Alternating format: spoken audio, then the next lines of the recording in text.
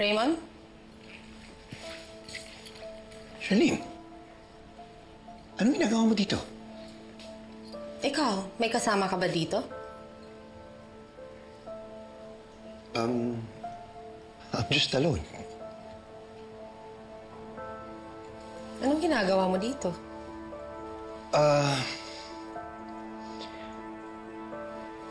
Okay. I'm considering buying this property. Wow. Without telling me? Kasi, it's like this, since you're here already,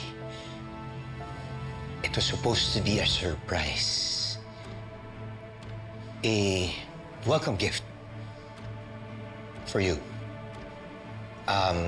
I was just thinking, when it was offered to me, baka pwede tayo ni Libby magpunta dito if we just want to get away from the city.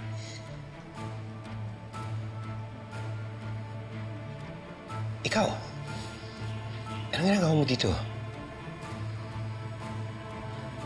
Sinusundan mo ba ako, Charlene?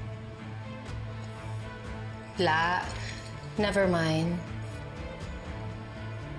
Umiinom ka pala ng red wine. I didn't know that. Kala ko ba mahilig ka lang sa whiskey and beer?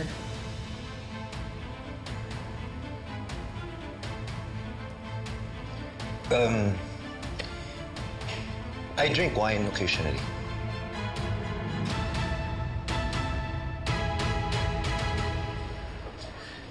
Nak, meron kami magandang balita sa'yo. Nakausap na namin si Pusoy. Ano pong sabi ni Kuya Pusoy? Inamin na niya ang totoo. Wala ka daw talagang kinalaman sa kidnapping ni Libby. Tinuro ka lang daw. Po? Bakit daw po? Tinakot kasi siya ng pulis eh. Pinaamin siya kahit hindi totoo para lang maisara yung kaso. Dahil sa ginawa ni Dado, pasa na kami ng affidavit of retraction sa fiscal, pinag-aaralan na ang kaso. Gaano po kalaki yung chance na makalaya na po ako dito? Malaki. Walang magagawa ang fiscal but to submit a recommendation to dismiss the case against you, Princess. Kaya nak, makakalabas ka na. Talaga po, Tay. Tay, magkakasama na po tayo ulit. Oo, nak.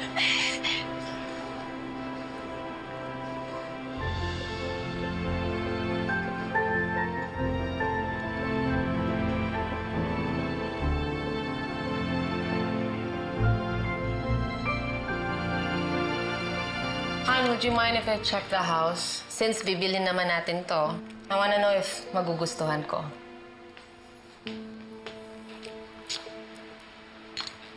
Ah. Ganda ng billiard set. Yeah. Even the garden. You should see the lanai. Wow, laki ng place. I wanna check the room upstairs.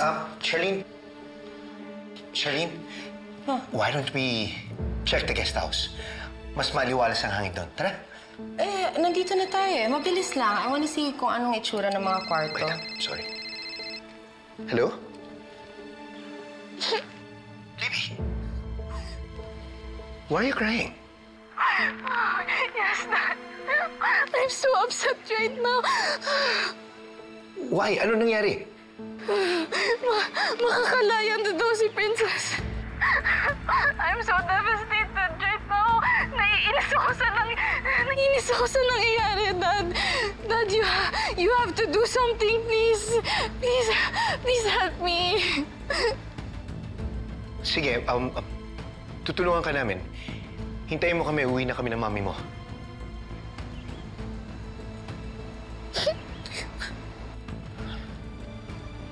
We need to go. Bakit daw? Kailangan ng tulong ng anak natin. Ha? Halika na. Uwi na muna tayo.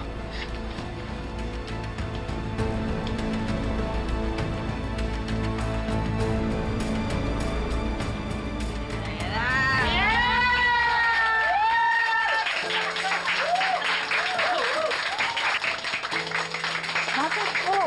Para saan po to? Siyempre, minaritas ko na sa lahat. ang good news. Princess, lalaya ka na! Congrats! Yan po talaga. Hindi pa naman po sigurado yun eh. Ano ka ba, Princess? I-claim mo na yan.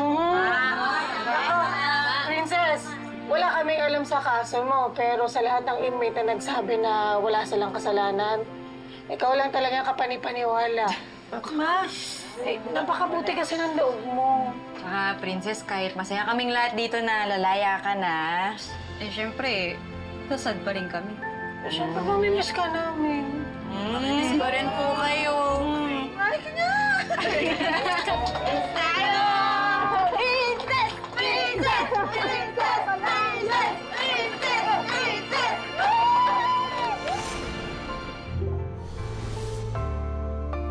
Ganito ako babangon. Ngumiti kahit ako sa saya. Lalaban kahit buhay ay madaya. So, anong gusto mo palabasin ngayon? Na na-frame up lang si Princess? Nino? Ng anak mo? How dare you talaga? Tama na! Mama, kakalaya na daw si Princess. Ano? Bakit? Nag-reject na ng statements niya si Pusoy. Bumaligtad si Pusoy. Pera't koneksyon ang kailangan. Suhulan mo dapat suhulan. Hindi tayo kikilos para ibalik si Princess sa kulungan. Kinokontra mo ba ako? Yes, ma. Nagdesisyon na yung batas. Let Princess be free. Sabihin mo, ginagawa mo lang naman lahat ng yan because you wanted to show everyone na mabuti kang ina, but you're not. Wala kang ibang niloloko kundi sarili mo lang. Goodbye, fake mother. Divina, nakikiusap ako sa'yo. Alang-alang sa akin, sa pamilya ko. Let go of me. Dahil mahal kita, gagawin ko yung gusto mo. Kakalimutan ko naman nangyari sa atin. Gumugulo na yung sitwasyon. Sumisikip na yung mundo natin. Kagaya yung si Lailani, nasa tabi-tabi lang yan.